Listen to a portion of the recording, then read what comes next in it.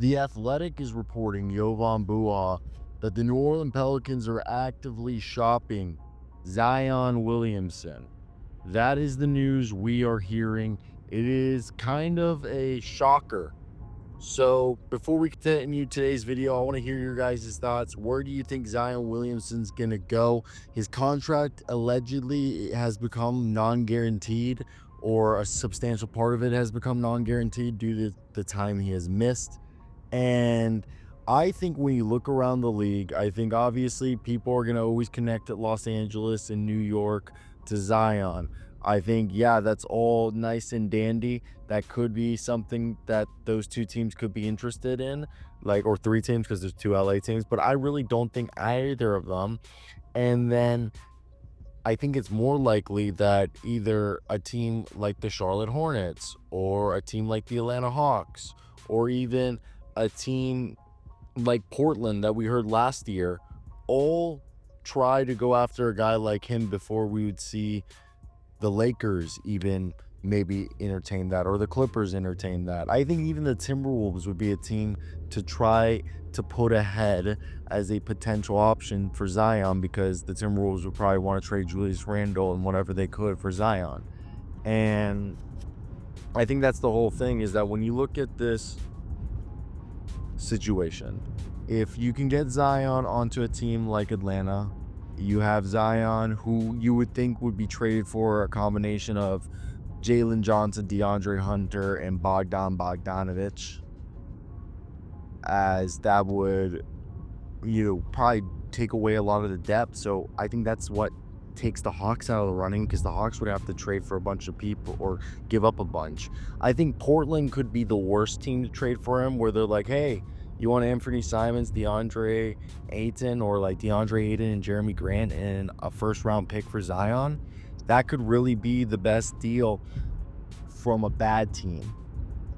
Now, from a good team or a team that has playoff aspirations, I think the most realistic type deal would be a deal from Charlotte. We know he's a Carolina boy. And if they were to package Miles Bridges with, I think at this point you would have to do Nick Richards, Miles Bridges, Nick Richards, and let's say Vazi Mizic in the 2026 unprotected first-round pick. This allows Charlotte to build around Brandon Miller, Zion, LaMelo Ball, and Mark Williams to be a potential contender in the East, while the Pelicans receive Miles Bridges scoring. He fits next to Herb Jones and Trey Murphy, and they also get Nick Richards' interior presence and a premium draft pick. I think that's like the most realistic deal that could be out there. Could the Raptors be a team that I just think having Scotty Barnes makes it a hard fit there, so I don't think the Raptors would be. Again, I think the Timberwolves would try to maybe package Julius Randle, Dante DiVincenzo, and one of the young guys they've drafted in the past, maybe a Leonard Miller, and the 4 second-round picks that they could trade for Zion right there.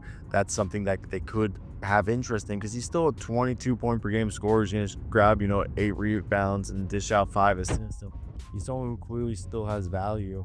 I just think, like I said, a lot of teams like the Hawks and Lakers and even the Knicks would have to combine multiple contracts, because they don't have one large contract to be able to just straight up trade for him. I do think Utah could be a dark horse team with John Collins' contract. Same thing with Jordan Clarkson and Colin Sexton there. So that's the one that does kind of not concern me, but one to keep an eye out for. But as I said, if it's a rebuilding team, I could see Portland being the only rebuilding team that could make a competitive offer, as they would maybe want to form Scoot Henderson, Zion, and Shaden down there. We already talked about the Hawks. I think the Hornets, Zion, LaMelo, Brandon Miller would just be a high potential. The Anthony Edwards, Zion Williamson, Rudy Gobert could work out. Outside of all those, it starts to become a bit difficult. Is there a Texas team? Like, would the Spurs be interested in sending Keldon Johnson, Zach Collins, and Jimmy Sohan and a pick for Zion? Because right now that could really be the best deal that's out there if that was being offered. I think it's a rather peculiar situation, especially with how everything is going on for the Pelicans. The Pelicans are trying to gain, reinforcements, definitely defensively. This team wants to get better defensively, and they need scoring depth. So I think they want future draft capital in whatever trade. They want two-way players who can score and provide defense, which would allow them to go with Trey Murphy and Herb Jones as two guys that they're clearly wanting to build around. And it makes sense that they want to build around them. And some people be like, why? Because at the end of the day, you look at the situation. I think any trade for the Pelicans is going to have to meet their team needs and their envision for what they want in long-term assets. Teams acquiring Zion will want to leverage his star power to boost their chances for a championship, while the Pelicans hope to gain versatile starting level pieces and some future picks to either rebuild or enhance this retooling of the roster.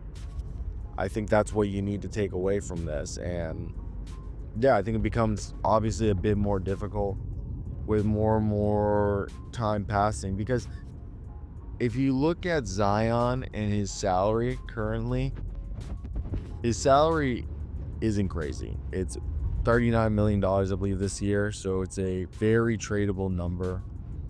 To be exact, it's 36 this year. Next year goes up to 39. So a lot of teams can get there. A lot of teams can get to that 36 million. He has 3 years remaining.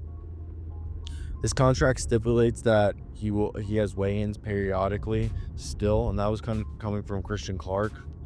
Now, what we know is, I'm trying to see how much of this is guaranteed, as I believe anybody trading for Zion is going to have thankfully the ability to just have the leverage. Like, the Pelicans don't have much leverage. That's the other thing, is the Pelicans kind of lost the leverage when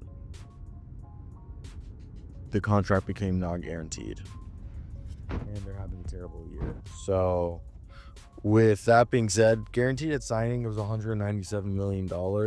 From my understanding, there is no guaranteed money remaining. There is $18 million guaranteed this year, and the rest of the contract has no guaranteed money. Next year is not guaranteed. 2026 is not guaranteed, and nor is 27. He's only accounting for 20% of the cap. So honestly, it's not a terrible contract. There are worse contracts out there. So the more you look at it, you think, okay, Zion Williamson. I do think a team like Charlotte, as I said, the three teams that make the most sense, if we're just going to wrap this up, is Charlotte, because that's where he is. Maybe Atlanta. I just think Atlanta would have to give a lot, and it doesn't make sense for them. Charlotte is number one.